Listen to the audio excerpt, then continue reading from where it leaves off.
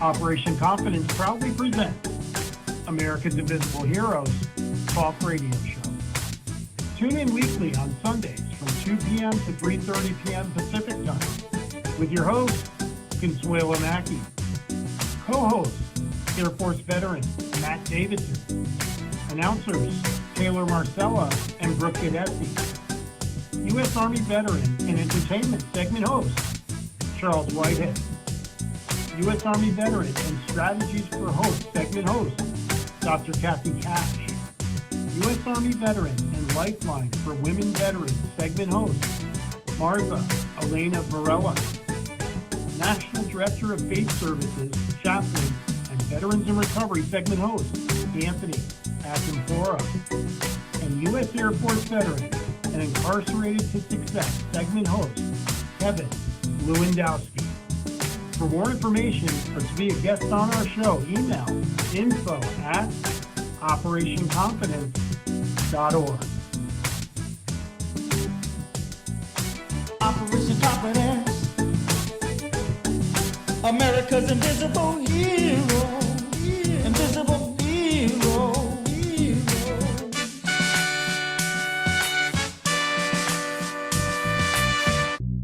Operation Confidence is a grassroots nonprofit. The organization's mission is to provide stable housing for veterans who have experienced homelessness, as well as providing a wide range of supportive services. To help accomplish our goal, a successful landowner has donated land for the project, a world-renowned architect has offered to design the houses, and construction classes from the local community colleges will take part in building the houses. Your support and donations are needed. To get involved, please visit our website at www.operationconfidence.org or email info@operationconfidence.com.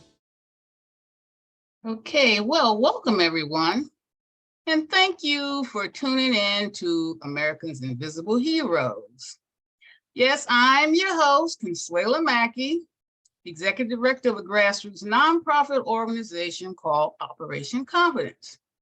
No, I'm not a veteran, but my heart goes out to our American heroes, especially those who are disabled and have experienced homelessness.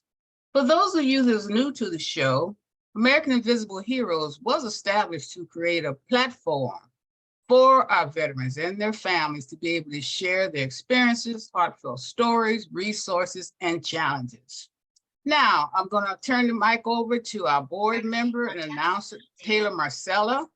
Review the updated items on your screen. And she will introduce our co-host for today. Take it away, Taylor. Thank you, Connie. So we have U.S. Air Force veteran Matt Davision. He is the board vice president. We have U.S. Army Reserve veteran Charles Whitehead. He is a co-host. We have U.S. Navy veteran Calvin Poole and his monthly segment, Blinded Veterans, for blinded veterans. And last but not least, we have Anne Montague and her bi-monthly segment, The Rosie's Movement. Okay. So Taylor, you know how much we love Matt. Oh, But yes. Matt is always coming on, just giving his little presentations and leaving off. But I need you to tell everybody all over America and throughout the world, who is Matt? Well, Matt Davision served 6 years in the United States Air Force Security Service as an intercept operator, both ground and air, from 1956 to 1962. He's more than a veteran, but also a passionate champion for homeless, displaced, and incarcerated Vietnam veterans. He entered the Air Force straight out of high school, went through basic training at Lackland Air Force Base in San Antonio, Texas. He received technical training at Keesler Air Force Base in Mississippi. After receiving his tech training, Matt spent 2 years overseas at Misawa Air Force Base and Wakkanai Detachment in Japan, where he served as a ground and intercept radio operator. He then spent his last year of active duty at Otis Air Force Base in Massachusetts. There, he flew coastal surveillance missions and ran their Mars station. Matt is Operation Confidence Board Vice President and has held executive positions with veteran service organizations, and he belongs to 5: the American Legion, AM Vets, Vietnam, Associates of Vietnam Veterans of America, Cold War Veterans Association, and Freedom Through Vigilance Association. Matt recently released his book, Lost and Found. It's sold at Barnes & Noble and Amazon. His presentation today, he will talk about the night John came to visit. It's a story having to do with his work on behalf of veterans incarcerated. Matt, we are so proud of you. Take it away. So before he takes it away, Yeah, I will show it while he's talking. So I'm going to show this. Well, I want to show it now before he starts. Okay. There it is. That's the cover of his book, ladies and gentlemen. We want everyone to go out to Barnes and Nobles and Amazon and purchase it. It's an amazing book. Proud of you, Matt. Okay. I want to thank you, Consuela, also Taylor. Thank you very much for the introduction. As coordinator of the Incarcerated Veterans Transition Program, I was assigned to serve veterans who are imprisoned at federal prisons and help them for achieving successful reentry into society through employment, housing, healthcare. And then I added one on my own, and that is I wanted to bring in speakers who could raise morale and make these veterans feel worthwhile and feel good about themselves while they were in prison. And thinking of that, I thought about my old friend, John Furr. And this is called The Night John Came to Visit. Although I had been inside federal correctional institutions at Terminal Island many times, it was always during the day. Coming into the institution at night is surreal, kind of like going to a night baseball game. You could see clear across the north yard, back to where the men were playing basketball, handball. You could see people moving around in their cells. The chaplain who met us at the front entrance escorted John and I into the chapel where the chairs had already been arranged. A podium and live microphone were placed where they belonged, and veterans incarcerated were already lining up to sign in for tonight's presentation. In the end, 60 veterans would have signed in and taken a seat. It was February 4th, 1967, when Captain John Furr, along with 6 other airmen, were dispatched in a Douglas EB-66C Sky Warrior over North Vietnam, about 40 miles from the China border in Dak Tai province. The aircraft was hit by 2 missiles from a mobile tracking station, breaking the aircraft in half. 3 of the airmen, including John Furr, were captured. The remains of 2 others were returned, and another was missing.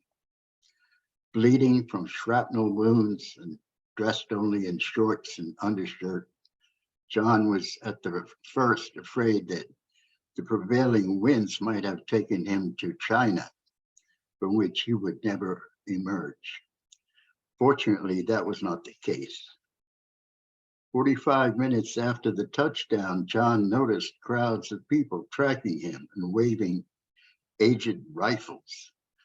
Marched by the militia along paths lined with peasants holding sickles, he came to a building which was the village headman's house, where a picture of Uncle Ho hung. John breathed a sigh of relief, realizing that he had not been blown into China after all. Chants of war criminal and air pirate filled the air. And for 3 hours, it took until the truck with John's navigator inside pulled up and drove to the Hanoi. It was February and it was cold. An interrogator called the Eagle came into the room where John was waiting.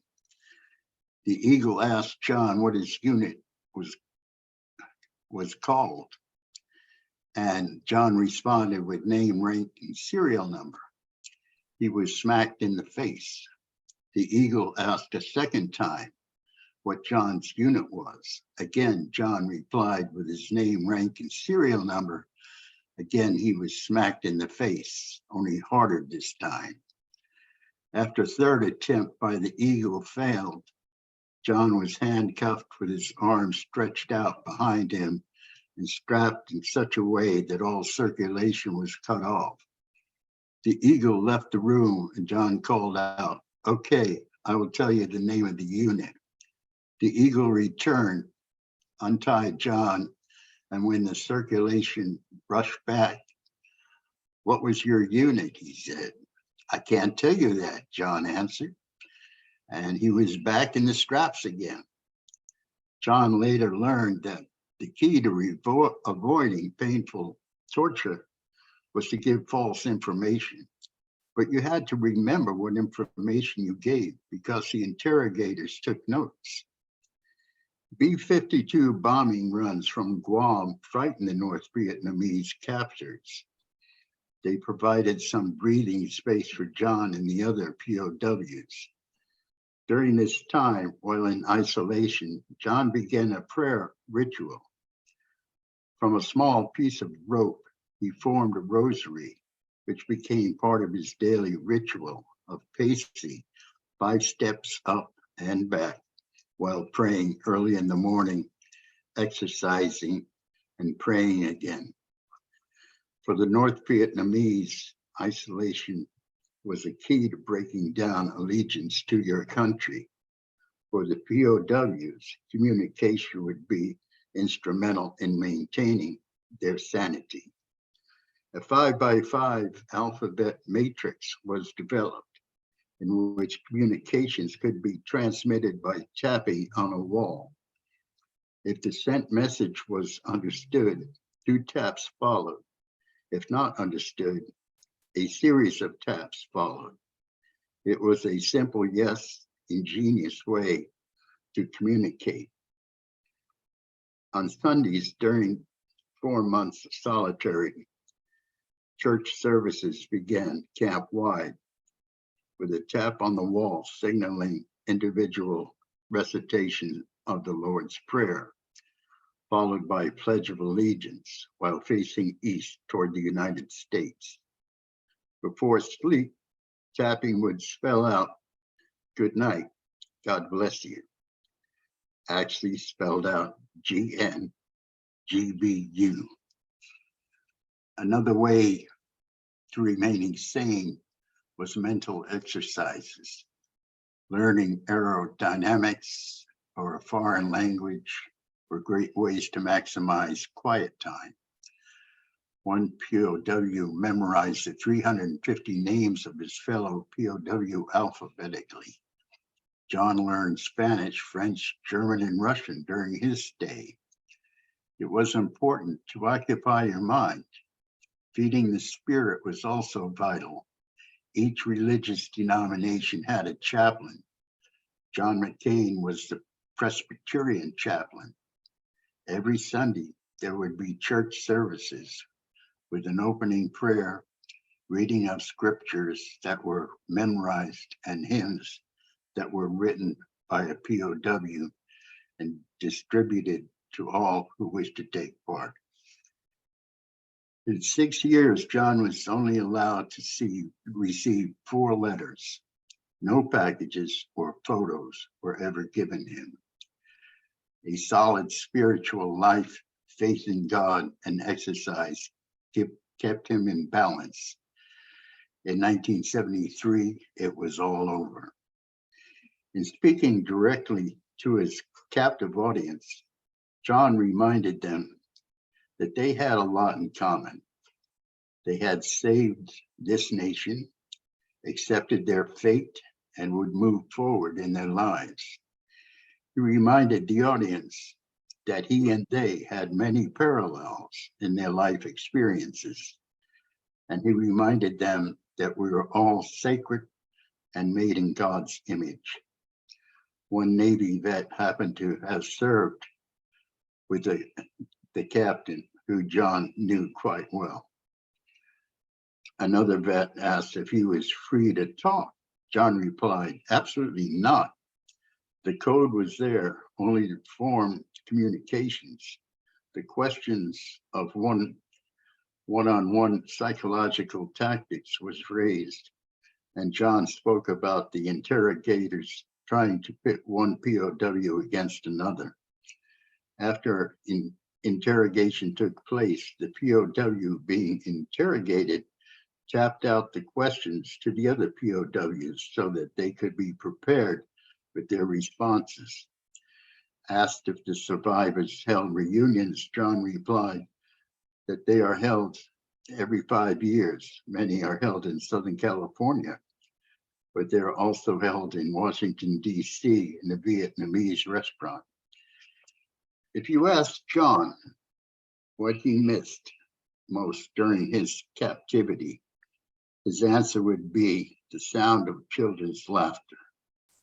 It's ironic that John would become an elementary school teacher, surrounded by the laughter of children every day. In terms of advice to the veterans incarcerated in attendance, John advised them to assert their own individuality, stay strong in the face of adversity, and find the balance between spiritual and the intellectual in their lives. He urged the men not to get caught up in self-pity, but to realize that there are many who are far worse off. He recalled a moment that he refers to as a miracle, when he was bound in such a way that he thought of himself as a basketball. And he remembers a guard picking him up like a basketball and tossing him into the corner of the room. In excruciating pain, John said a prayer unto the Blessed Virgin Mary. When he finished, the guard returned, untied John, and left the room. The veterans incarcerated referred to John as a hero, which he quickly dismissed. And every one of the 60 in attendance came up for a handshake, a hug, an autograph. Then one of the prisoners asked if John would lead them in prayer, which he did without hesitation. The veterans at FCI Terminal Island will be speaking about the time when John Furr came to visit for a long time ago. And that's the story of John Furr. Oh, that's such a His visit. touching story. Wow, Matt. Well, Don't know how to respond to that. It's so deep. Oh, is that a story you have in your book? One of them? that is one of the stories in the book. There's another one that very interesting also, and it's about a World War II Marine Corps veteran who served in the invasion of Iwo Jima. Wow. And that was a terrible, terrible battle. You're going to be able to tell us that next time? I'm sorry? You're going to be able to tell us about that next time you come on? Oh, that's a pretty long story, but Oh, okay. Maybe you can shorten it a little bit, but that was so touching what you just read. Golly. Nobody would ever know, you know? It's important, I think, to bring in speakers into prisons that can raise morale and identify with the speaker. Sure. Well, you have an extensive track record. Maybe you can bring on some of them that have gone through incarceration and now are back in society and doing well, you think? Mm-hmm. Okay, that's a winner. Give my love to Ann and tell her Happy Mother's Day. Same to you, Connie. Thank you so much. Bye-bye. Bye-bye. Take care. Good job, man. Charles, it's on you. Is it on me? Yes, on you, Charles. All right. About Rosie daughter number 1. And yeah, man, that's our That's our girl. All right. With the first half of her mother's story being today, she'll finish it next week. She'll have two parts. Part one will be today, and part two will be next Sunday. Okay. Jessie Jacobs was, of course, this is Anne Montague. This is her mother's story. Jessie Jacobs was born in 1918 at the time of two world events, World War One and the global pandemic called the Spanish flu.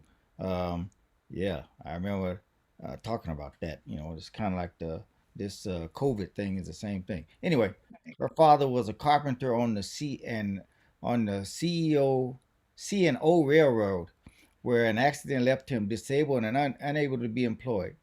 When Jessie was 10, the Great Depression began, which made it even more difficult for Jessie and her parents to be adequately fed. She married a World War I veteran who was 20 years older than she was, but his aggression due to PTSD from trauma in the World War I forced her to divorce soon after Anne was born. So they moved in with Jessie's disabled father and her grandfather, who had never worked outside the home. Jessie worked at Pollen Industries in Huntington, West Virginia, to help support the family during the World War II. Anne will share the story of her mother in two sessions, like I say, part one today and next week on Mother's Day, April 14th. No, this is not true. Next week on Mother's Day, we're going to say part two. As Jessie's story unfolds, you will see how these memories have come together to inspire Anne to create the American Rosie movement, which honors all women who worked on the home front during World War II. Go ahead, Anne. It's all yours. All you, girl. You muted, Ann. There you go. So thanks so much, folks. Truly, folks, I consider this Red Letter Day because very honestly, when I started the work to interview Rosie the Riveters, it was 2008. I very seldom talked about my mother because people kept saying, are you really interested only in telling about your mother, or are you really interested in the Rosies? So it wasn't until now, after literally 15 years of work with the Rosie the Riveters, that I have essentially come around to the fact that I really need to talk about my mother, because my formative years with my mother were very, very important. She was an excellent mother against really hard circumstances. One of the things that Charles alluded to there was that there was not enough food.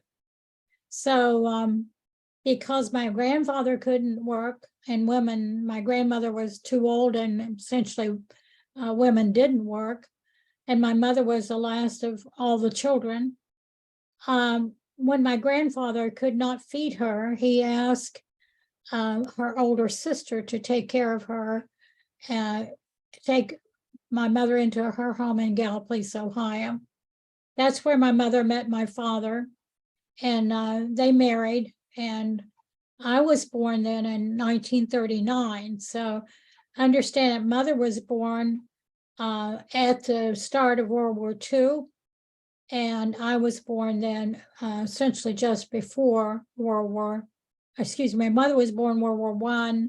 I was born at the beginning of World War II in Europe. Now, one of the things about my mother that I really feel is important for everybody to know is that she had such pride in serving the country, and she really, really was fascinated by education. So as a very young child, she would have me repeat to her, it's a Abraham Lincoln quote, "I will study and prepare my chance, and someday I will study and prepare myself, and someday my chance will come."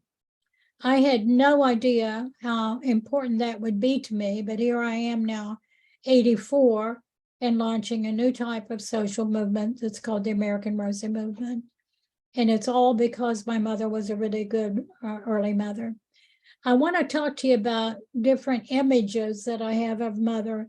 It's not just memories like I've been talking about, but actual memories. Realized that my grandfather had to send mother away because he couldn't feed her. But she came back after she left my father, who was aggressive and had been essentially traumatized by World War I. So she then comes back home with my grandparents to live with my grandparents. And instead of there being one less person to feed, there were 3 more people to feed: my mother, myself, and my sister was born right after we moved in with my grandparents. So it was tough times. And of course, the Great Depression came when Mother was 10, and West Virginia was not yet through that Great Depression. So the need for food was really important. Mother went to work in Poland Industries. She did not wear a uniform. She did not wear overalls or a bandana or any of that. And one of my very, very first memories of Mother was we slept together in a twin bed. She put me against the wall and she slept on the outside. I don't know how she did, except that she was so skinny.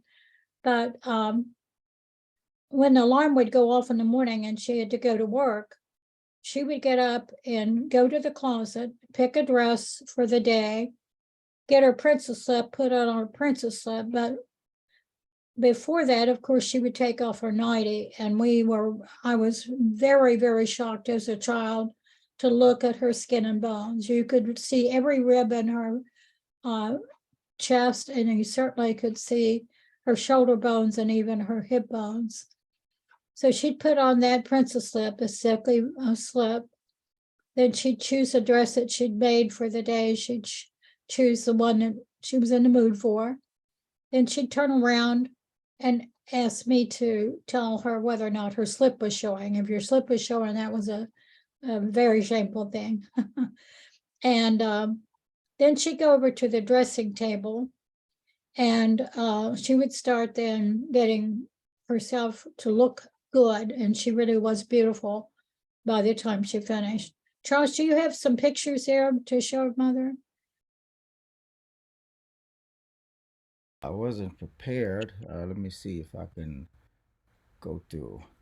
You go ahead and pull them up and I'll keep talking, okay? But she had coal black hair and vivid blue eyes. And she would sit down at that dressing table, brush her hair forward, and then brush it back and put it in a bun. And then she'd start applying her makeup, her mascara and powder from a beautiful little box. I can still smell it.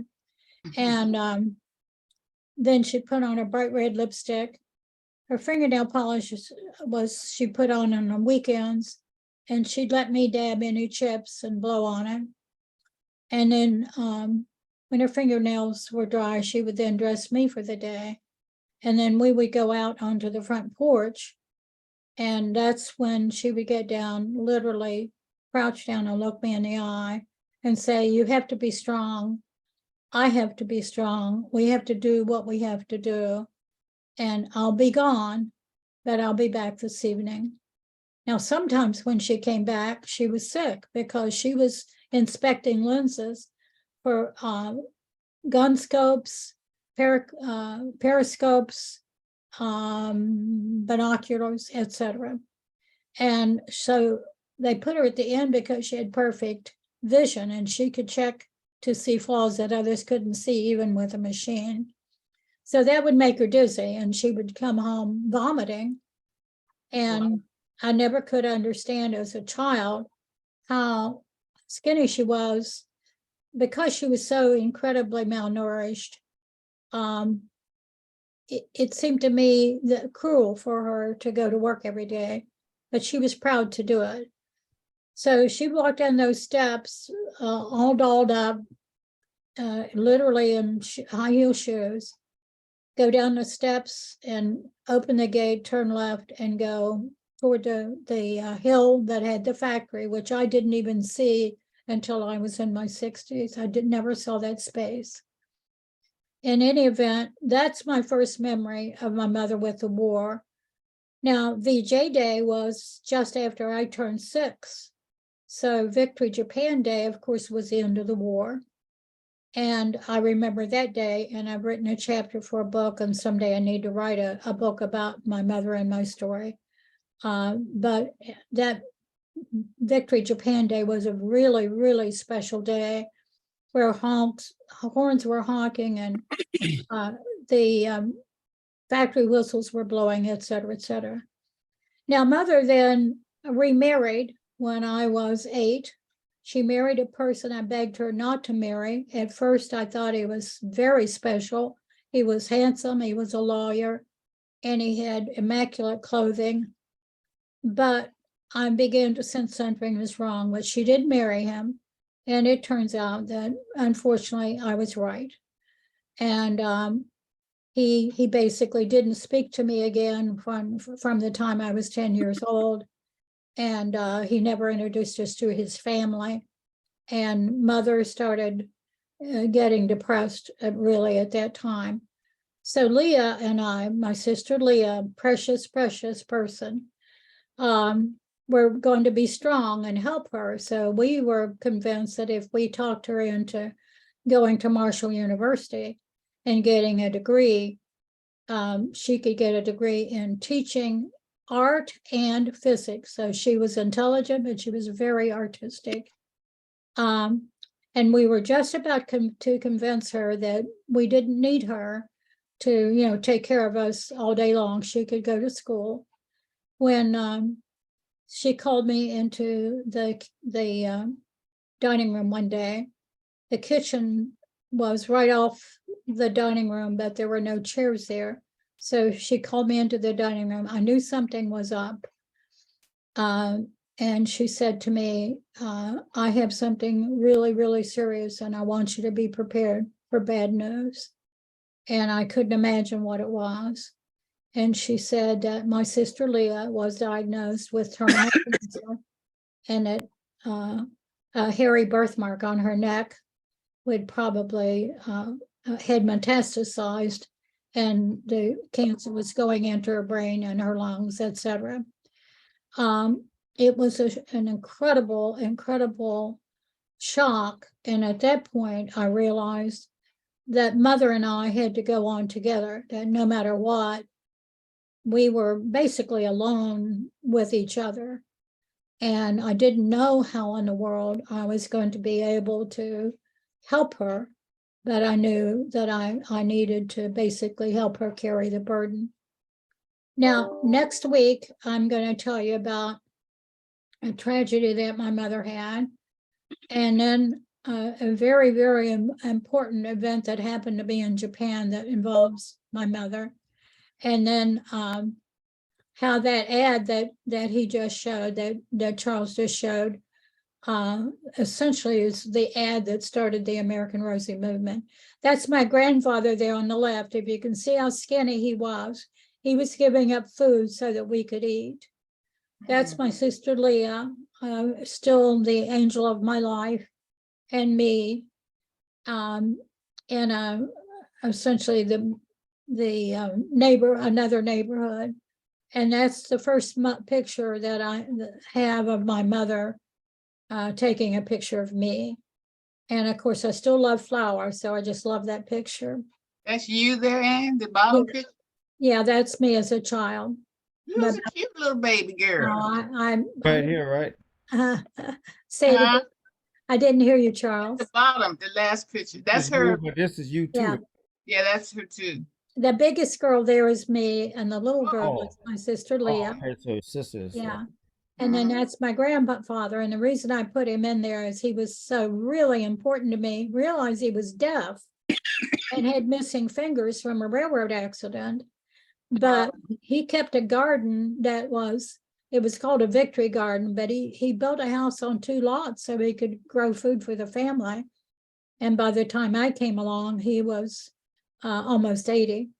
So for whatever, he and I were really, really close, and people couldn't understand why a toddler, 2.5 years old, would be following around a deaf old man when we couldn't talk. Yeah. But I think he's the one who put the love of plants and essentially nature. I have a very strong love of plants and nature.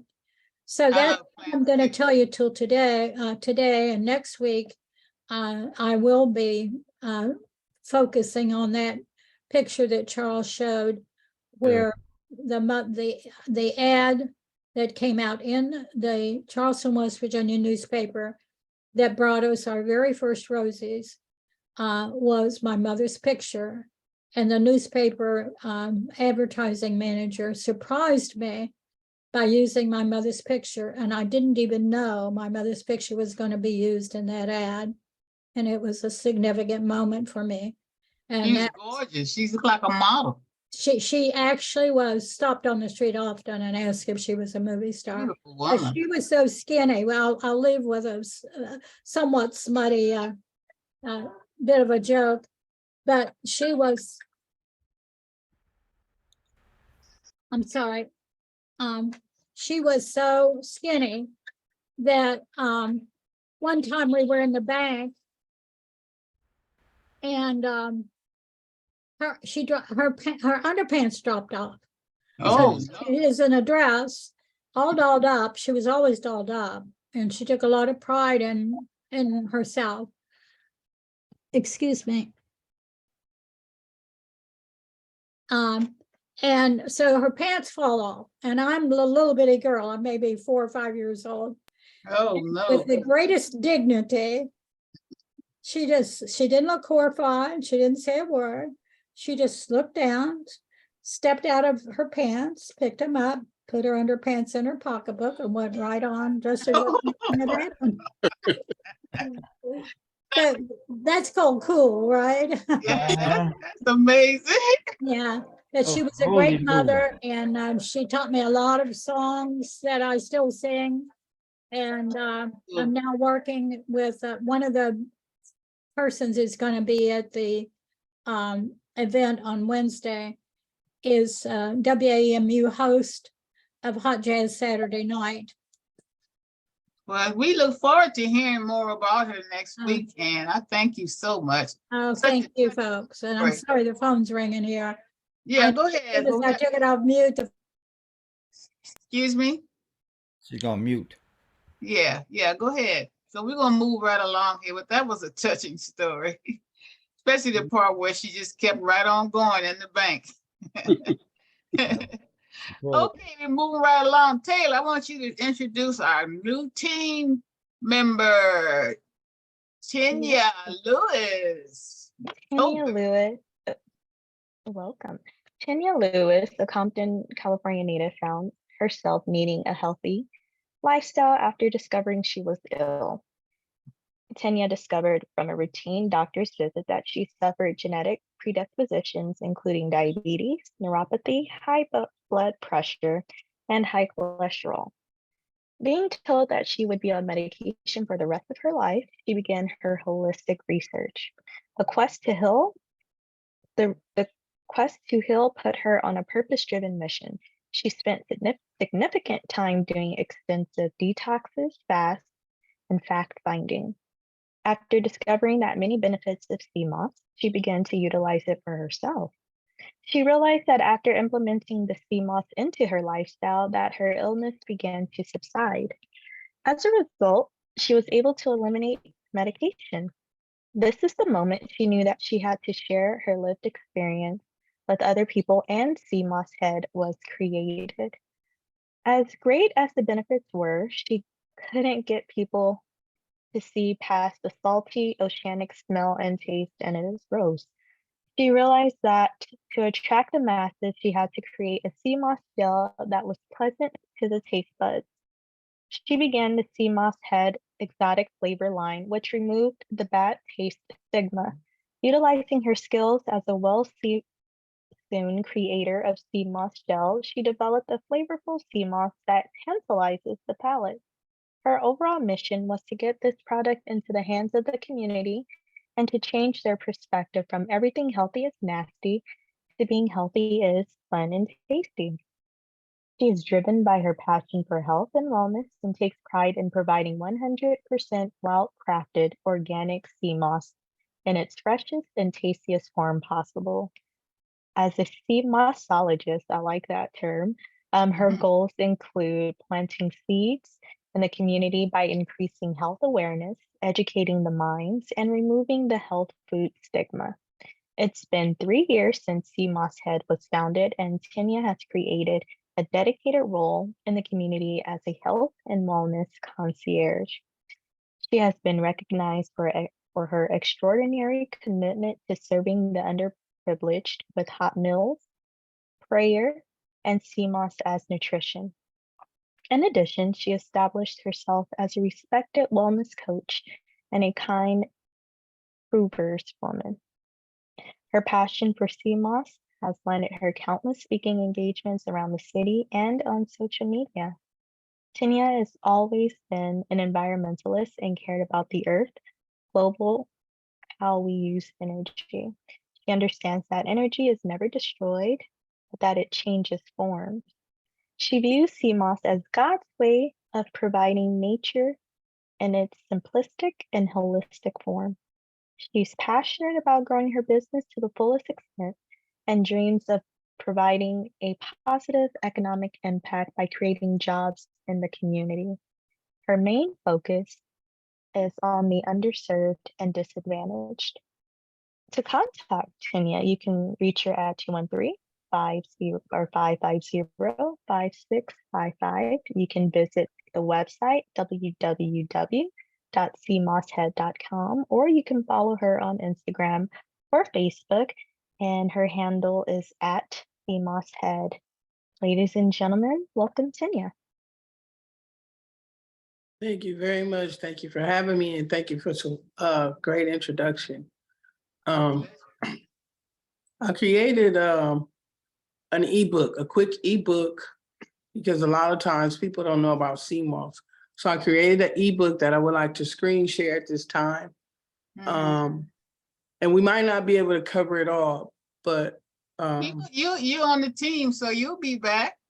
You okay. got to have something to give us next time, next week after next anyway. Yes. Right.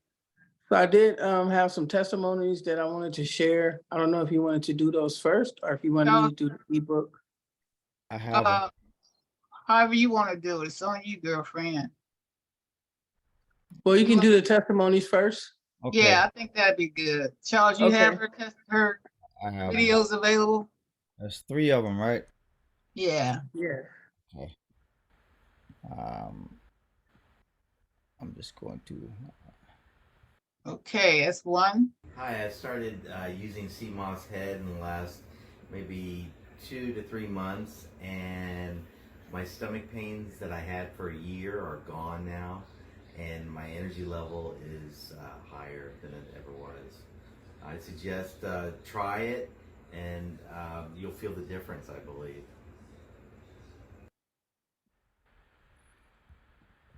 Okay, that was a customer that suffered from gastrointestinal problems and digestive issues. So Tanya, before you go to your next video testimonial, can you tell the audience what is CMOS? Where did it come from? How did you get involved? I mean, what is it? What is CMOS? so CMOS is actually a superfood. And for those who are not familiar with what a superfood is, it's a food that is so miraculous in the benefits that you can get from consuming it that they call it super. So CMOS is a superfood that grows in the bottom of the ocean and attaches itself to a coral reef where it adapts many minerals that are found in the ocean.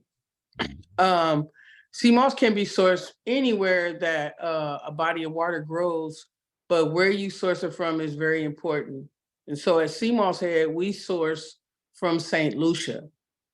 And in St. Lucia, where we source from, there's no people allowed to swim.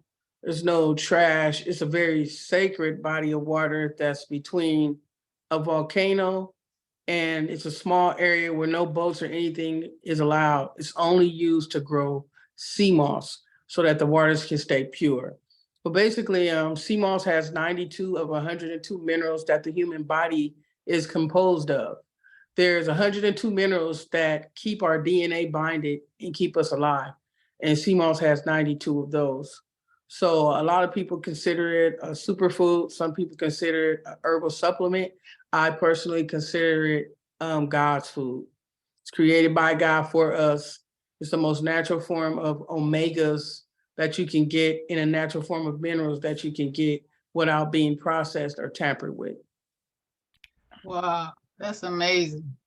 Yes. And because I know the sea moss has been out for a while, but I've heard some kind of bad things about it too. Like some people are getting this moss from where it's making people sick. Yours is totally different because it comes from another source.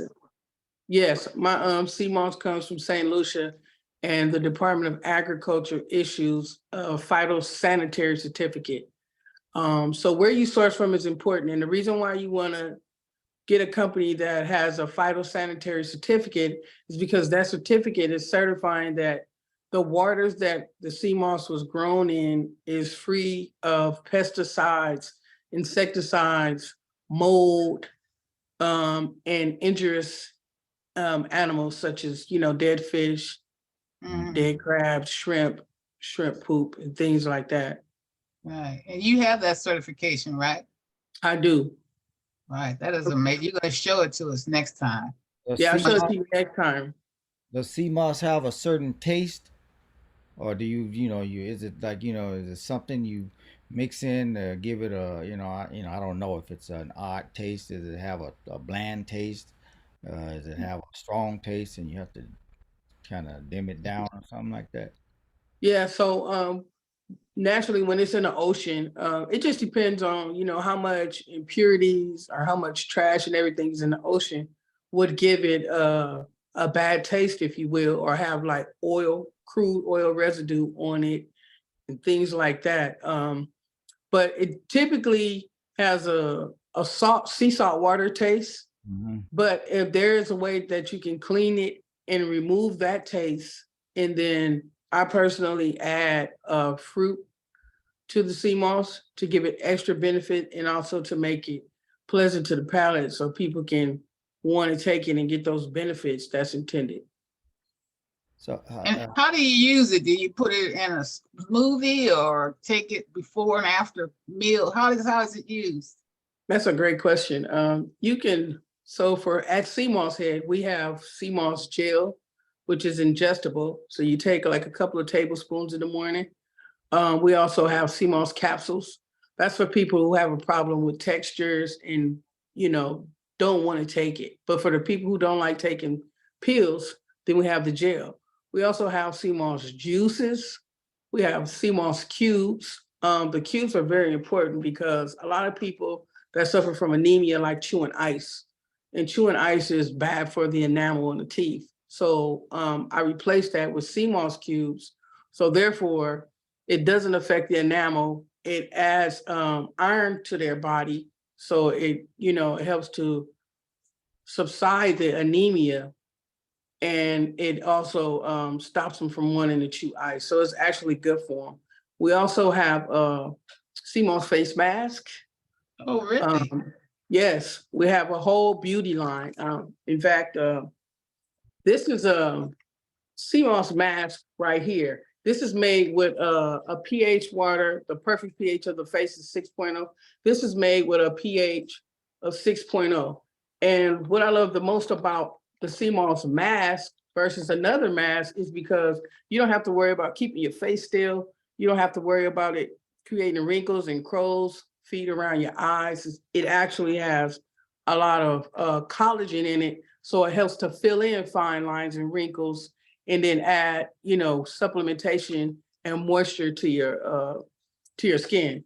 And then I also have a beauty water. This is a beauty water.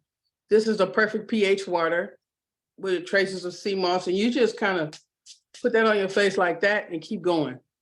Mm. Yeah, it's Send me the 3 of everything.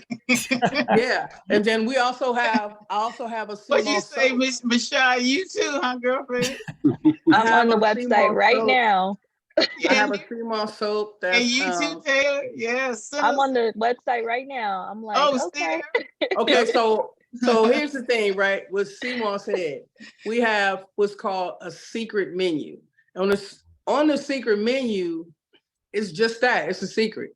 So unless you make contact with a representative from CMOS Head, it's a lot of products you wouldn't know about. For example, the soap, the beauty water, the face mask. These are things you wouldn't know about, but I do plan on starting a new line of a beauty collection on the website. But for now, for example, the gels, right? He said, how does it taste? What type of flavors does it have? Well, that's a good question. This is what I usually tell people when they first come to CMOS Head. Close your eyes and imagine you're in a room full of fruit and you could choose anything you want, but you can only choose one. What would you choose? So now I'm asking you, Consuelo, what would you choose? Out of any of the fruit? Any fruit in the world. Watermelon. Watermelon. So I would tell you to start with a watermelon CMOS. Now, watermelon has many benefits, and the reason why it's important to add these fruit. For example, I'm just give you a couple examples. I know I don't have a lot of time. Watermelon is high in hydration.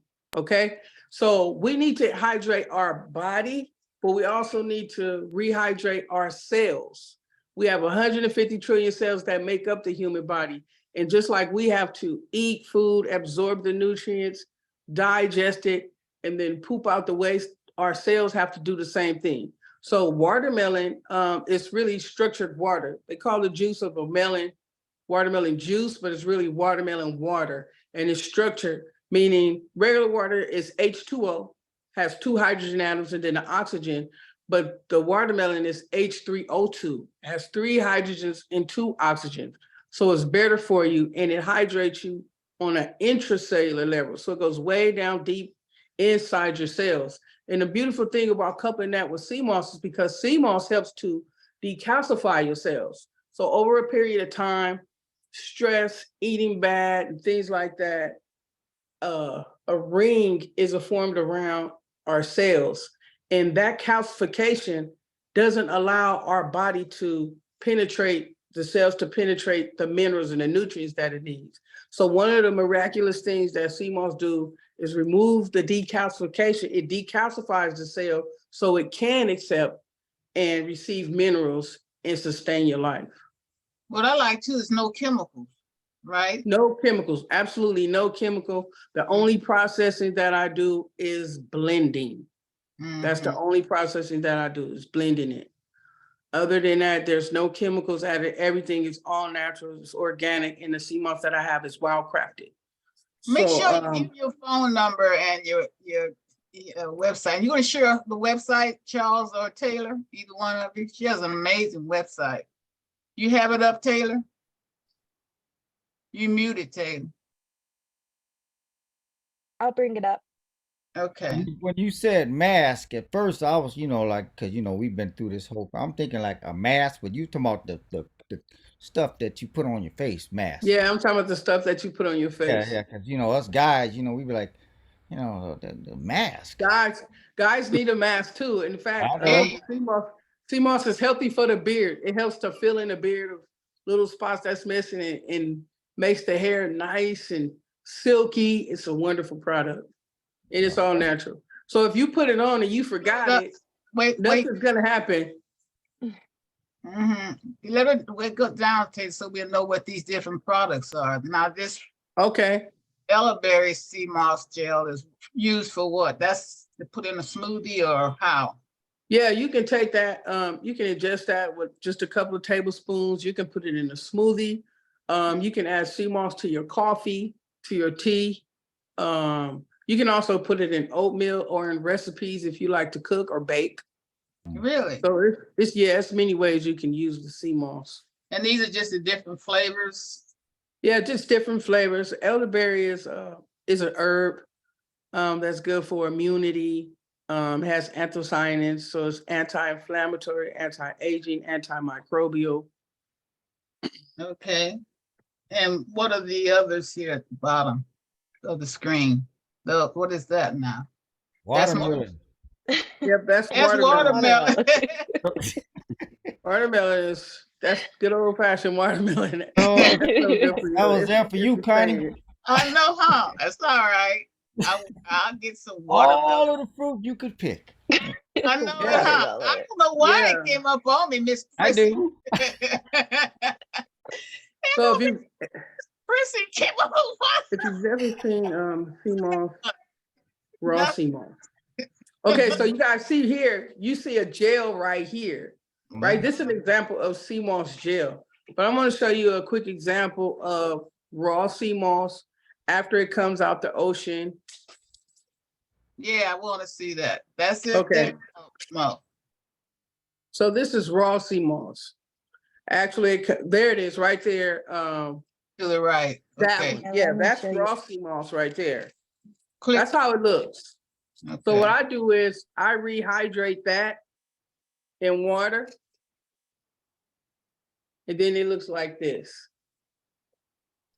Okay. That's how it looks when you. No, that's how it looks when it comes out the ocean and it's dried and it's sent to the United States. And then you do it and you make it like what? Is it on your website? No, you can't see that, but I can show you when she's done with the website. I can show you an example of what it looks like. It's a seaweed. It's an actual seaweed. Yeah. So it looks like this. Okay. Mhm. And I take this and I blend it down to a really smooth, nice consistency because it can be gritty if you don't blend it right or if you don't let it rehydrate itself long enough. Mhm. Can I And then I ask just you, make it, yes.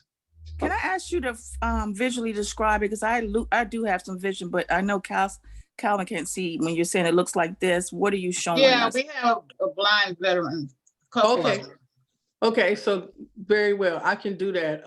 So sea moss, I don't know if, imagine your hair, okay? Imagine your hair in braids and it gets really hard and form a ball, okay?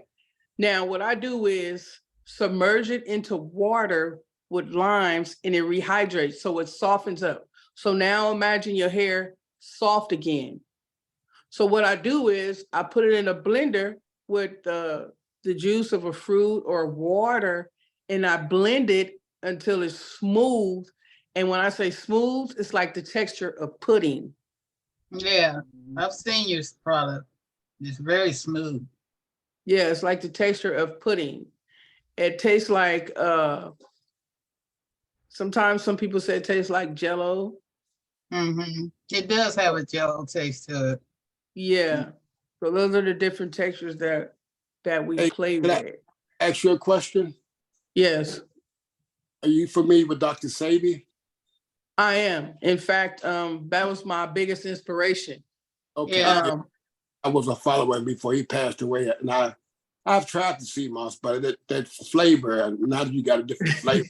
I might try to get. Yeah, see, you that's have the thing. It's really good for you. And if a lot of people could just get past that Yeah. flavor, a lot of people would do it and a lot of people would be much healthier. And that's why it was important to me to go that extra mile and learn how to infuse flavors of. Can you make sea moss ramen? Yes, you can. You can use that as a ramen. And Yeah. in fact, you can use it as a garnish for your salad. Yeah, because it looks very like dry, almost like dry seaweed. Yeah. Yeah, it Yeah. is a seaweed. It's actually a I sea mean, like vegetable. tumbleweed, like dry tumbleweed or something. It has I know it's from the sea, but almost like a what do you call those sponges that you scrape with? Something like that. One of those. Yeah, scoring pad. Yeah, something. Yeah. Yeah, Brillo pad or something. Brillo. Yeah. There you go. Yeah. Well, we have some customers on here that you're gonna have to send, especially to Calvin. Send him a, Absolutely, yeah. I forgot to try the new taste. He wasn't and down with Charles, yeah, I mean, and I've tasted it. It's delicious. It's just like a preservative type of. what flavor did you taste? I had strawberry, Oh yeah, I don't believe you. blueberry. Yeah, watermelon. I had me say that. Yes. When you come on this show, there's always something crazy going on. Yeah, you know, CMOS is amazing. I actually used it to heal myself. I was sick. I had diabetes, high blood pressure, Tell high us about cholesterol, neuropathy. So yeah, I started fasting and doing detoxes, and I was in a meditative state, and I had YouTube playing in the background. And I was praying. I was like, God, you gotta help me. I gotta find something, because just taking this medication is not working. Every time I take this medication, I feel a certain kind of way. Yeah, And then they giving me another pill for what else is going on. And I heard Dr. Sabi in the background, and he said, CMOS. Yeah. And the things he was saying, I raised my eyebrow and I looked, and my life changed after that. I listened to what he was saying, and then I went to the local health food store in Compton with Dr. Paul Goss, and I said, hey, you guys have CMOS? And they gave me powder, and I started taking the powder. It was so gross. So I said, well, let me find some capsules and put it in some capsules. And I put it in the capsules, and I was taking it. And I had shared with some of my family members, like, I'm sick. I went to the doctor. They said I got all kind of stuff going on. So I started walking with them. And then that walk turned into a jog. And then from the jog, I started working out. And then they said, man, what you doing? Like, you stronger than us. You running faster than us, further than us. What are you doing that we're not? And I said, I'm taking this stuff called CMOS. And they said, well, give me some.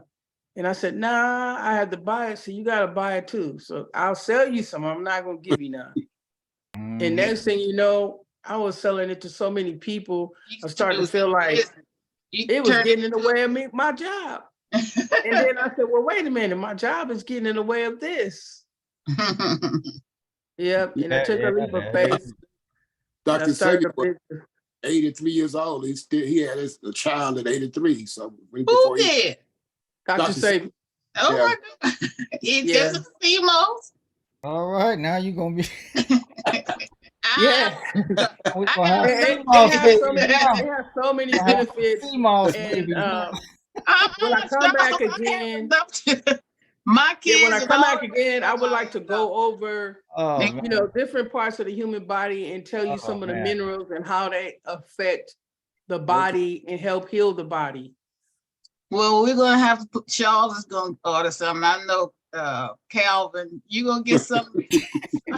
Well, we gotta make you a tag. Do you have a tagline or anything? Yeah, CMOS said, baby, pull up on me. That's my tagline. No, we got one. I got one better than that too. Okay, let me hear it. All this stuff you talking about, CMOS is bigger than the boss. You know, the boss is bigger than the boss.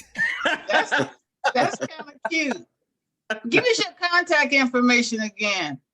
So my contact information, my phone number, which you can text as well, is 213-550-5665. That's too fast. Wait, hold up. Okay. Nobody know that number but you. You gotta forgive me. I've been over here eating CMOS cubes this whole time, so I got a whole lot of energy going on right now. I see. And you gonna get some CMOS too?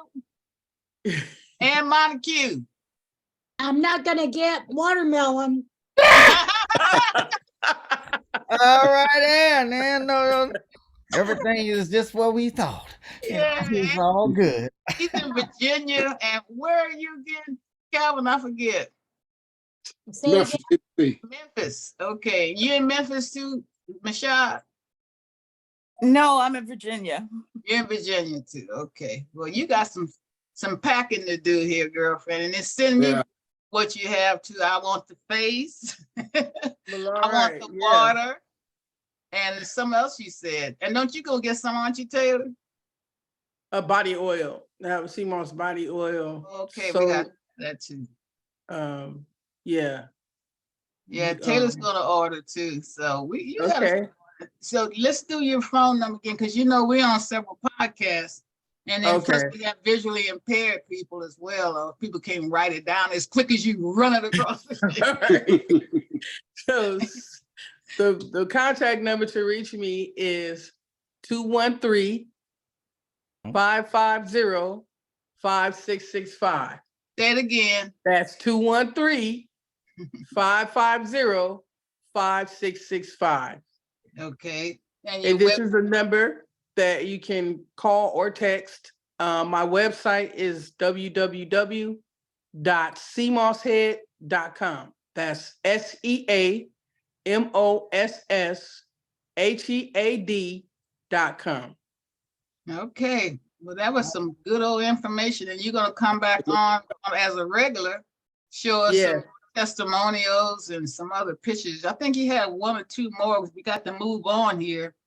But I think you had another testimonial real quick, Right. Charles. Yeah, I'll show you real quick. So we have other guests getting ready to go.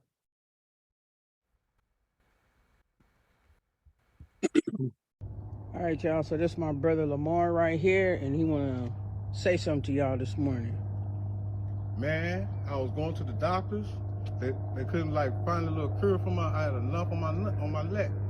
So I started. How long ago? About 5 months ago, man. Okay. Look, so I went to the doctor, kept on giving me the x-ray. Said I don't got no cancer, man. So I started taking CMOS. The lump is gone now. I don't even feel it no more. I started taking my CMOS. You know, now I feel great. I get up every morning and I'm energetic, man. So take CMOS, man. What you do every morning now? I take walks every morning and I feel good and I'm healthy. All right, thank you, man. I appreciate you. I love you. Thank you. That was good. CMOS Head, pull up on me. That's you. Well, thank you so much. That was a great presentation. You got a few followers, girl. Okay, I'll make sure I get you that information from our other guests on. But stay around though, so you can, if you can, so you can see how the rest of the show goes. We're getting there. All right, so our next amazing guest is future CMOS taker, Calvin. Yeah. We got Calvin. That's right. U.S. Navy veteran Calvin Poole. Come on, Calvin. We're so excited to have you. All right. Let me introduce Calvin. Yeah, introduce him for me. Calvin is the past president of the Tennessee Regional Group of the Blinded Veterans Association, or the BVA. He is currently the secretary/treasurer for the Tennessee Regional Group of the BVA and regional BVA ambassador. He is also the chairman of the BVA for the Golden Age Games. Their purpose is blinded veterans helping blinded veterans. For more information, you can call 901-304-7440. 901-304-7440. That's the cell. Anyway, Calvin is co-founder and president of the executive board for the Tri-State Adaptive Sports Association, or TASA. The purpose of TASA is to help improve the quality of life for persons who are physically or mentally challenged through adaptive sports. TASA currently offers archery, bowling, goalball, and tandem cycling. TASA can also provide many adventure sports on demand, such as cornhole, bocce, and beat ball, etc. You can contact them at that number again, 901-304-7440, or go to tasaweb.org. That's TASAWEB.org. That's T as in Tom, ASAWEB.org. Calvin's guest today is Pastor Leonard Perkins of the Patmos Island Community Church. They're 2113 Hunter Avenue in Memphis, Tennessee, 38108.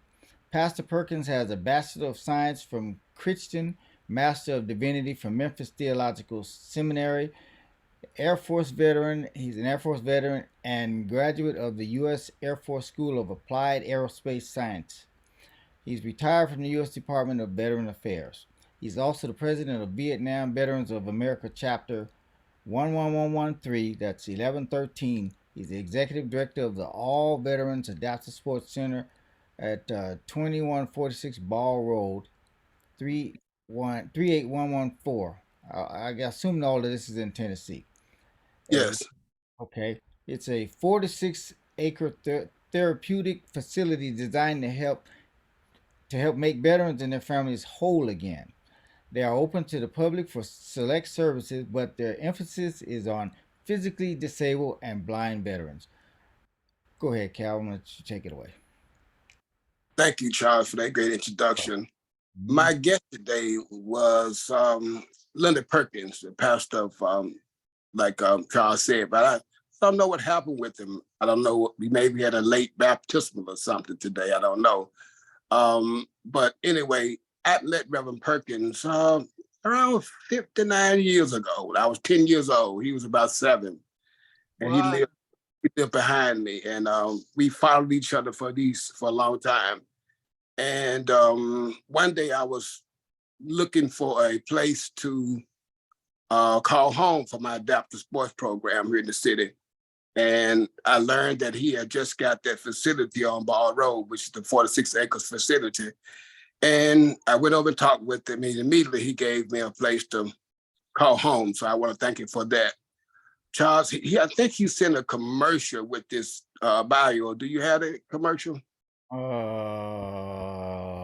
Let's see. He sent a commercial. There was a commercial. There's something here. Let me see. I don't know who's from what. Let me see. Give me a second here. So go ahead and finish talking about it, and then once they find it. Like I said, at the facility, Reverend Perkins is the president for the chapter, the Vietnam War Veterans, chapter 1113. And daily there's veterans coming up that need help, blinded veterans, and also physically disabled veterans. And we have a lot of fun at the place. There's a 9-hole golf course, a disc golf course, tennis court. We do many of our events there, like archery and tandem cycling and actually walking. And it's an extremely safe facility because there's only one way in and one way out. And it's safe for everybody. This year, he'll be hosting a Memorial Day service on May 27th that he hosts every year. And that memorial service, he usually have like antique cars and 1938 nice cars. I'll make sure I get some pictures this year next time and share them with you all. In addition to that, I am also a member of the Blinded Veterans Association, where our sole purpose of the Blinded Veterans Association is to assist blinded veterans in improving their quality of life through assistive technology training, mobility training, living skills training. And right now we have about 13 different blind rehab centers across the country. And most of our blinded veterans can go to a rehab center to get training. And I've been to the training at least 6 times myself. And it totally changed my life and gave me the self-reliance I need to be independent out here, from being able to use the telephone or cooking my meals or ironing my clothes. So it's a great opportunity for blinded veterans to deal with the blindness. Blindness is not like it used to be. You don't have to have that sedentary lifestyle. And with that sedentary lifestyle comes with being overweight, other ailments, that we'll all be looking for some CMOS. That's right. Okay, so is this commercial? It's about dog training, or because I'm not sure. I looked at it. I didn't look at it in entirety, so I'm not really sure. But it's a commercial talking about the facility that's on Ball Road over there. I don't have that. I'm not sure. Michelle, can you send it over to Charles? I have something from about Jerry Brown and dog trainers to get second chance with help. No. Michelle, can you hear me? Yes, I don't have that. You don't have a commercial? He didn't send it. Yeah. Okay, I was expecting for him to do it himself today, so I didn't send it to Michelle. But it's okay, Charles. Like the Blinded Veteran Program this year, we're going to be there are several events that's taking place across the country for blinded veterans to get involved in adaptive sports. May 20th through the 25th, there's a group called the Golden Age Games that's going to be in Des Moines, Iowa, and many veterans will come out and compete in different kinds of sports like cornhole, horseshoe pitching, swimming, racing, fast walking, many events that's going to be held at that event. And it's like I said, it's May 20th through the 25th. And June 4th through the, I think, 7th, there's the Southwest Adaptive Sports Conference in San Diego. And I think, if I'm not mistaken, September, there's a golf tournament. So all year long, there are tournaments where blinded veterans, all you physically disabled veterans can participate. And like I said before, you don't have to be at home sitting alone. You can come out and play with us. And that's what we encourage them to do. And I want to share a little time with Ms. Harrison so that she can talk about the participation that the women veterans have with the Blinded Veterans Association. So, Michelle, I give the floor to you. Thank you. Okay, thanks, Calvin. Yeah, I'm currently with one of my hats is I am one of the chair on the committee for the Blinded Veterans Women's Group, as well as a Disabled Veterans Women's Group. And one of the things we're trying to do is form a coalition and work together as a unit with all the different organizations that have female blinded veterans or disabled veterans to come together. It seems like we all have the same mission, but we're all trying to do it separately. So we're trying to come together and work together to do that. And one of the things that we're trying to do, and I was just thinking when she was talking about her CMOS, I would love to have, we're going to have a retreat, and we were going to have a wellness retreat and things like that. And I would love for her to come on and present some of her items and stuff for us to demonstrate. And because one of the biggest things, like she was saying, is that they give us all these medications, Right. and this medication, Right. one medication for this, one medication for that, and so side effects is something else. Exactly. You know? So yeah, but we have, each region has a chapter or regional group, and within that we have women, scattered throughout the U.S. And I think the last thing I checked was like 400 women out of our 4,000 blinded female veterans we have. Now the disabled American veterans, there's a lot larger organization, which I'm affiliated with also. And but like I said, we're all trying to come together and do things like exactly like what you're doing with the holistic and the non-chemical approach to dealing with things like that. And I'm really looking forward to getting to know more about your product. And actually I have a event that I'm going to this weekend with the disabled and the blinded veterans. And I'd like to, if it's okay with you, is to bring your topic up or your. Of course, she wants you to bring it up. Yeah, absolutely. Yes, absolutely. Yeah, I would love to. I would be honored. And if you want me to come via Zoom or perhaps show up, I would love to do that too, because that's something I want to do. I would like to educate people on how CMOS helps them and on the different minerals and how we can use food as medicine, and just heal and use CMOS as more of a functional medicine, if you will, meaning combine it with, so for myself, I didn't take myself off the medication. The doctor said, okay, you need less now. Okay, you don't need it no more. Just continue doing what you did. So that's the goal. So I would love to. Thank you. So is your calendar open on May 18th? Yes, it is. 1 o'clock Central Standard Time? Yes, it is. I would like to send you an invitation to join. We are having our Tennessee regional group convention on May 18th. I would like for you to be. I could put you on my list as a speaker. Okay. And I'll call you offline. Okay, sounds good. Hey, don't forget about Operation Confidence, okay? All these engagements here. You know, I got the housing project, so Jenny, you got to help us with that too. Make sure we get donations and stuff. You too, Calvin, and you too, Mashad. Gotcha. Okay. Bring in the watermelon. Huh? What you say, Charles? Bring in the watermelon to the show. Hush, Charles. I got you, Charles. I got you. All right. Okay, that's so good though. Thank you so much. And Michelle, I'm so proud of you as well. And you didn't speak about the service dogs. Yeah, we're still going along with the service dogs. Actually we're going to be having our convention in August for the blinded veterans, and it's going to be in Missouri. And it's going for this first time we're going to have what is called a bow wow suite, where we're going to be catering totally to the dogs. Oh, wow. They'll have a rest place where they can rest, and it's going to be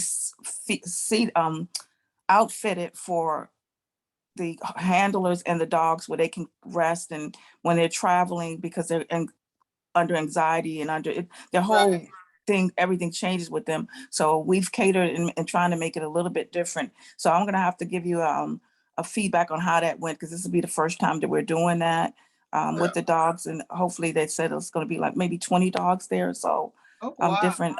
So that was something we're doing because they see the need that with the service animals to incorporate them into our convention. But I did want to share with you also that I was just invited, and I just found out yesterday that I was accepted, and I'll be doing my first tandem skydive jump on June 2nd. Whoa, you So go, girl. it's with the American, it's Athletes United, and I would like for James Howard, he has a Athletes United Foundation out in Richmond that he does, and he's a paralyzed veteran. He's wheelchair bound, and I would love for him to come onto a one of actually operation to your organization or to your talk show and speak and show everything that he's done, because he's really good and he's given us scholarships and stuff, and he invited me out. So it'll be in Virginia Beach. Who is he again? Who is he again? His name is James Howard, and he's with the Athletes United. I'll send you his information. Yeah, let him know. I'd love for him. And that we need his involvement with our housing project. We got to get those veterans off the street. I need everybody's help. Yeah. Okay. Calvin's gonna help me. Absolutely. Him being an architect too. We getting ready. We moving on it. If you go, I'll try to get some. I'll try to get the before and after, and I'll try to get my son to take a picture of my jump. Wow. Oh yeah, that's so amazing. And let everybody know you just came off that ski trip too. Yes, I just came off of the Disabled Winter Sports Clinic that's in Snowmass, Colorado, and we not only do we ski, we do we also did what is it? I'm trying to think, underwater scuba diving. You had some pictures, didn't you? Yeah, and I don't have them up ready for it, but I'll get those next time. Has some. You have some pictures, Charles? I gotta find them. Okay, well, if you will, that's okay. We'll show them next time. But that's amazing. I'm so proud of you and Calvin. Calvin, you're getting ready to do something too, right? Yeah, well, like I said, in May, I'm going to the Golden Age Games, and in June, I'll be in Texas with the equine therapy program. So we're going back riding horses. Whoa, go ahead. That is so cool. You can look at our website and see Calvin and the horses. I didn't get anything about you yet to put on the website. I want to put that on there as well about you and the service dogs.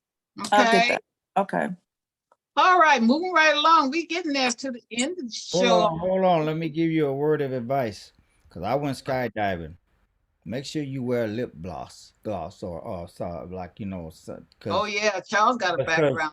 Because when you go down there, before they pop that chute, you're gonna be flying through the air so fast, your lips will get burned. Do you have your skydiving video up? It's on YouTube. Find it real quick.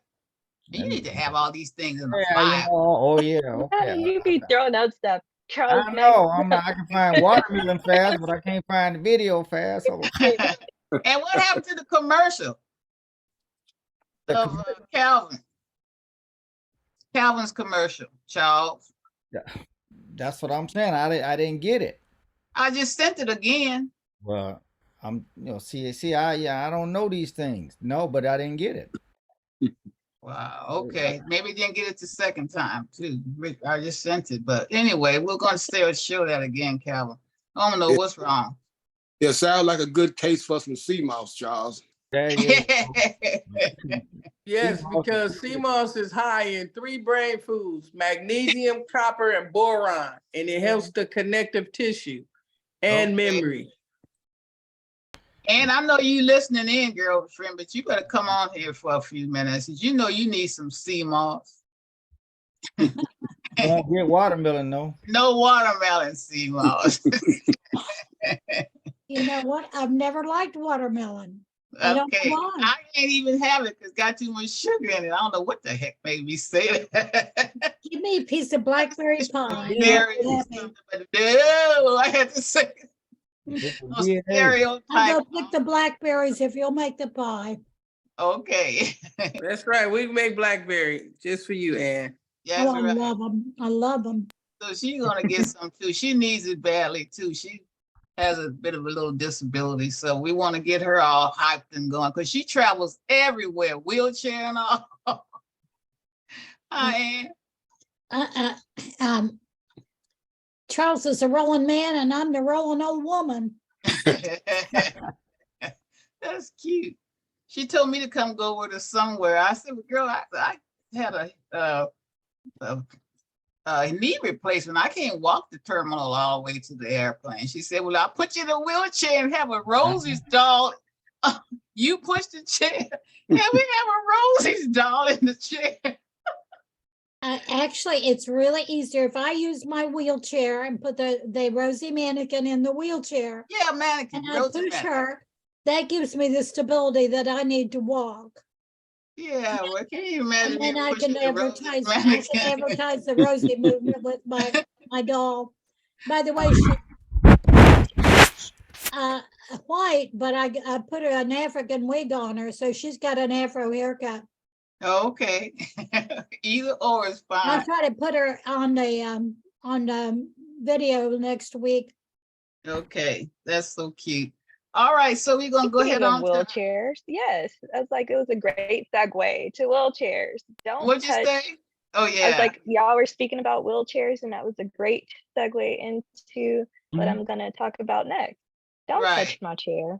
Don't do it. So you wouldn't just grab someone by the shoulders and push or pull them without warning. Yet, because I'm in a wheelchair, people seem to think it's totally acceptable. It completely takes away my autonomy and makes me angry. I could cry. When I'm in my wheelchair, it's an extension of me.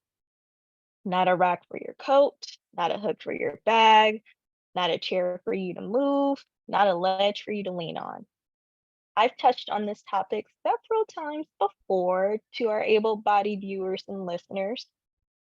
Please know that while many of you already know this is aimed at the people who don't. I am sick of having to have this sort of showdown, and I'm sure other wheelchair users are too. So always ask a wheelchair user if you can touch or move their wheelchair. Don't make the decision for us. Just don't touch my chair. That's Don't do right. it. Don't do Don't it. do it. Don't do it. Mm-mm, I love it. mm-mm. Okay, Charles, you got the next one, and we're gonna start signing out here. All right, this is about veteran rights and discrimination. Are you a victim of veteran discrimination? Veteran discrimination, also called veteran status discrimination, occurs anytime being a veteran and former uniformed military service member makes them a target of workplace prejudice and employment discrimination. When veteran discrimination applies to a disabled vet, it's called disabled vet discrimination and may be protected under veteran specific legislation or over overreaching acts that like the Americans with Disability Act, the ADA. Under the conditions of veteran discrimination, bias and prejudice can impact veterans' ability to work and have an effect on their overall quality of life. Many times a veteran may suffer physical injuries from the time of duty. There are over 20 million veterans in the United States. Among veterans groups, Gulf War veterans made up the largest portion of veterans in 2016, surpassing Vietnam veterans for the first time. Fewer people are signing up for armed forces, which means veteran status is declining. This decline is expected through 2045, where military members will drop to about 40% of the current military force. However, just because the numbers of veterans are decreasing, it doesn't mean your rights are less important. If you're a veteran and you think you've been a victim of either veteran discrimination or disabled veteran discrimination, here's what you need to know. What is veteran discrimination? One form of veteran discrimination occurs when a veteran cannot get employment due to veteran status. And examples of discrimination against veterans here: with over 20 million veterans in the United States, you may be one who is experiencing or has experienced the many ways in which discrimination can impact a veteran's well-being and employment status. And again, here are some examples of what veteran discrimination might look like. Oh, I'm sorry, but that position is not available. When a position like a promotion is listed on an internal job board and it is suddenly out of reach when a veteran tries to apply for it, that's bad. That could be an example of veteran discriminatory practices. Another way this occurs is during an interview when a disabled veteran has gotten to the first steps of the process, but indicators during the interview seem to present systematic or systemic challenges.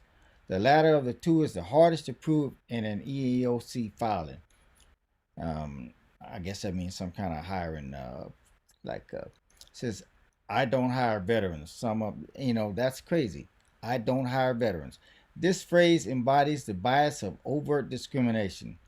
In a case like this, the employer isn't even trying to hide their improper practices. Perhaps they are not knowledgeable about discrimination, or they simply don't care or don't think you have any recourse. While this kind of reaction is rare, it can occur and certainly qualifies as a discriminatory hiring practice under the law. Here's another one. I'm sorry, but you won't be receiving the raise we discussed. Employers can't take away benefits that impact veterans like vacation days and sick time, or annual raises or opportunities for promotion. An employer may try something that strips you of your pension or other important long-term benefits in some cases. And here's the other one. I just think your PTSD means you aren't cut out for the role. Employers are not allowed to judge candidates based on medical condition at all. They may only ask them if they need accommodation and what kind of accommodation they need. Here are some resources for discrimination against veterans with disability. The following agencies, tools, and resources are designed to protect and assist veterans with disabilities against discrimination and prejudice in the workplace. The U.S. Equal Employment Opportunity Commission, that's what that EEOC meant back then, is an anti-discrimination agency designed to protect employees against discrimination. Their website is www.eeoc.gov. That's www.eeoc.gov. Their phone number is 1-800-669-4000. That's 1-800-669-4000. Then there's the U.S. Department of Justice, or the DOJ. The DOJ is part of the federal government's executive branch responsible for overseeing that justice is served through the legal system and the administrative arm of the ADA. And their website is www.ada.gov. That's www.ada.gov. That's .gov. Their phone number is 1-800-514-0301. That's 1-800-514-0301. Then you have the U.S. Department of Labor, the DOL. The Department of Labor provides information on how to create a USERRA claim. And USERRA claim is, I guess it's something to do with like a complaint. Anyway, their website is www.dol.gov/VETS. That's www.dol.gov/vets, VETS. Their phone number is 1-866-4-USA-DOL. And that's 1-866-4-USA-DOL. The DOL Office of Federal Contract Compliance Programs is a division of the Department of Labor, and is responsible for compliance with contractor affirmative action requirements for veterans set up by the VEVRAA or RAA. So their website is www.dol.gov/OFCCP/REGS/statues/4212.html. That's www.dolgs/OFCCP/REGS/statues/4212.htm. It's a lot of slashing.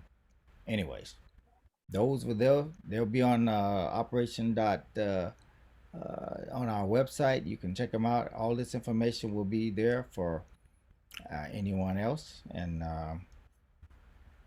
before we move on, I got a little something for you here. A little funny clip. You guys still with me? Yep. Oh yeah, waiting for the clip. Okay, there's no watermelon involved here, Connie. Okay.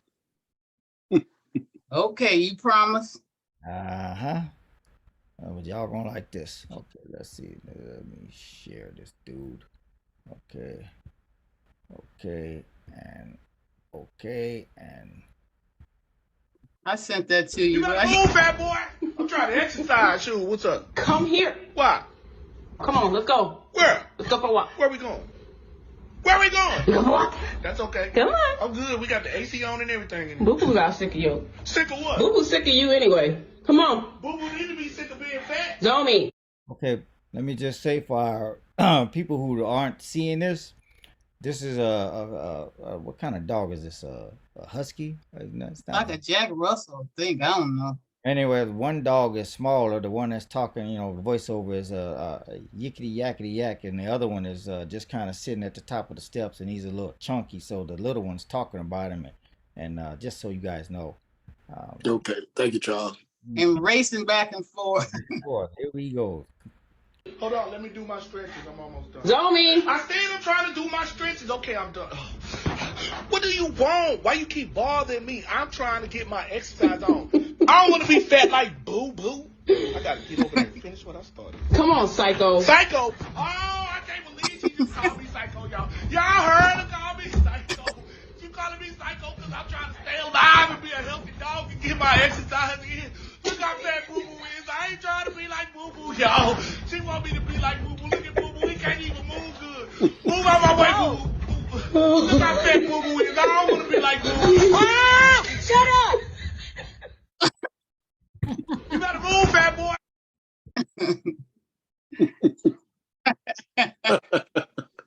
All right. We end the show. So crazy. Okay, so we're coming on out of here now. Before Miss Connie closes the show, we would like to encourage our viewers and listeners to visit Operation Confidence resource page for some amazing resources. Also, we would like to inform everyone about Operation Confidence Positive Redirection Team. It's a group of male and female veterans who are mentors, having overcome similar challenges and situations, transitioning back into mainstream society. To be connected or become a member, email us at info@operationconfidence.org. Again, info@operationconfidence.org. Secondly, we are excited about Operation Confidence Combat Boots and Lace Women's Veterans Mentoring and Creative Arts Group, and Operation Confidence Distinguished Male Veterans Mentors and Dress for Success Modeling Group. To get involved, email info@operationconfidence.org. Zoom meetings will take place the first Saturday of the month. Okay. So, Charles, you're going to show our. I am going to do that right now. Okay. This gives our viewers a little bit of knowledge of who Combat Boots and Lace is.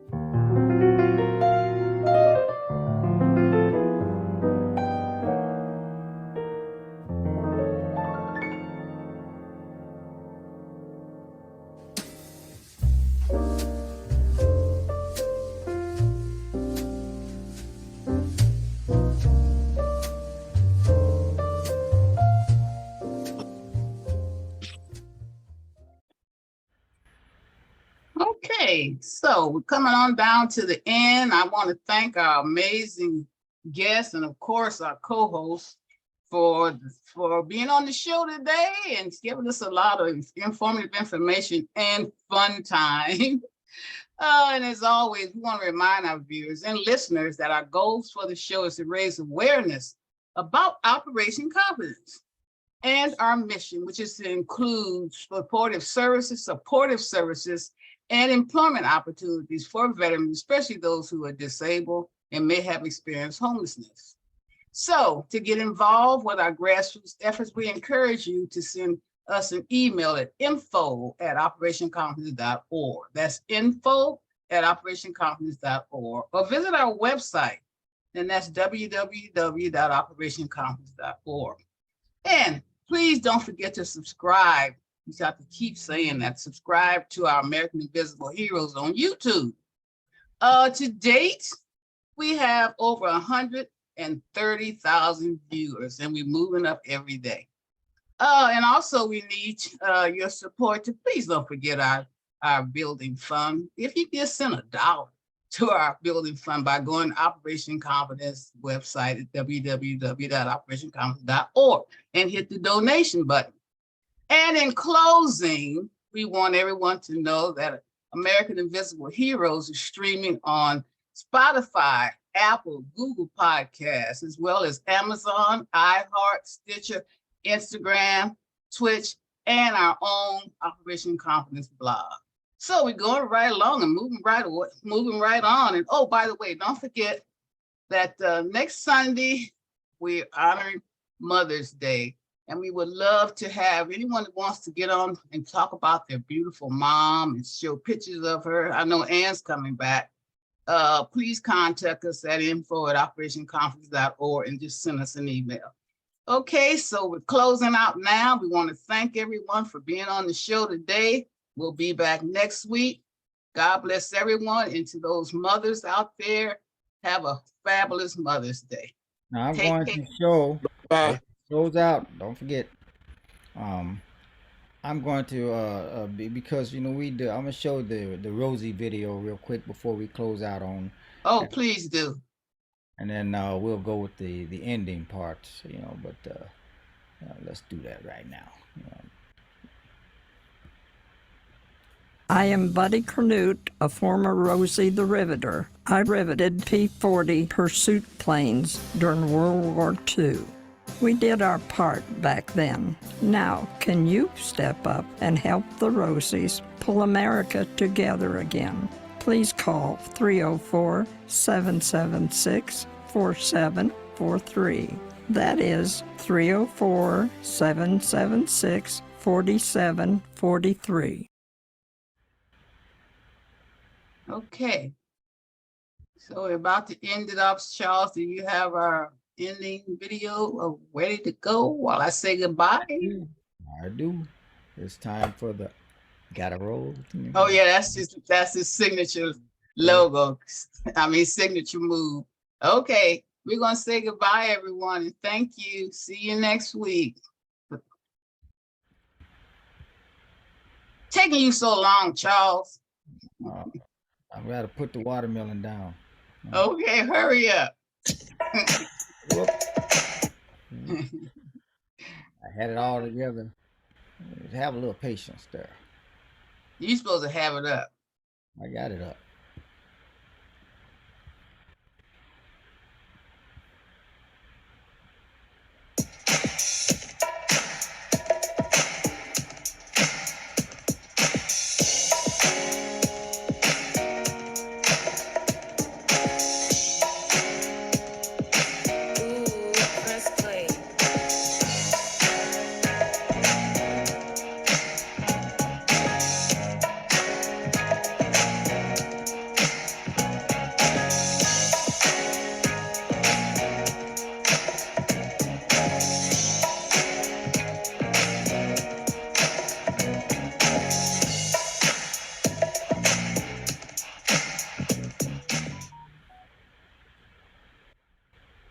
So what just happened?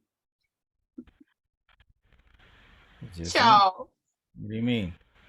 It was only a blank screen, but that's okay. We'll do it next week. I don't know. I can't help you on that. Yeah, you can. You the tech guy. Hey, I showed the video. It was No, did anybody else see the video? Okay. paid for Now, me. I mean, I can't do nothing about that. You know, that's yeah, you can. We are you the tech man. I'm fired. You can't fire me. I quit. No.